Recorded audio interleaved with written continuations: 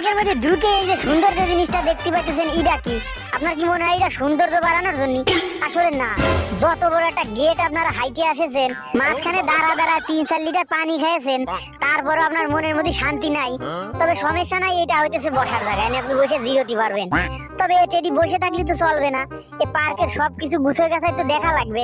এই দেখেন এই যে অবস্থা, পুলাবানে কি বাদরামি শুরু করে দিয়েছে এনে। পোলাবারা ইডা কি দেখেন, ঘোড়ার মধ্যে পুলাবান বসে কিভাবে নাচানাচি করতেছে। অনেকে ভাবতে পারে নেব না জীবন্ত ঘোড়া, আসলে না, এই ঘোড়ার মধ্যে কোনো জীবন নেই, এ হচ্ছে স্প্রিং এর ঘোড়া। এই ঘোড়ায় উঠবেন, 32টা দাঁত নিয়ে যখন নামবেন তখন ডাক্তারের কাছে খুঁজে দেখবেন দাঁত 4-5টা অটোমেটিক নাই। আর এই সাদা লাল সানেক নিয়ে আসছে আমার সেফটি দেওয়ার জন্য। ও যায় পুলাবানের সাথে ঘুরন্টি খেলতেছে, কেমনটা লাগে।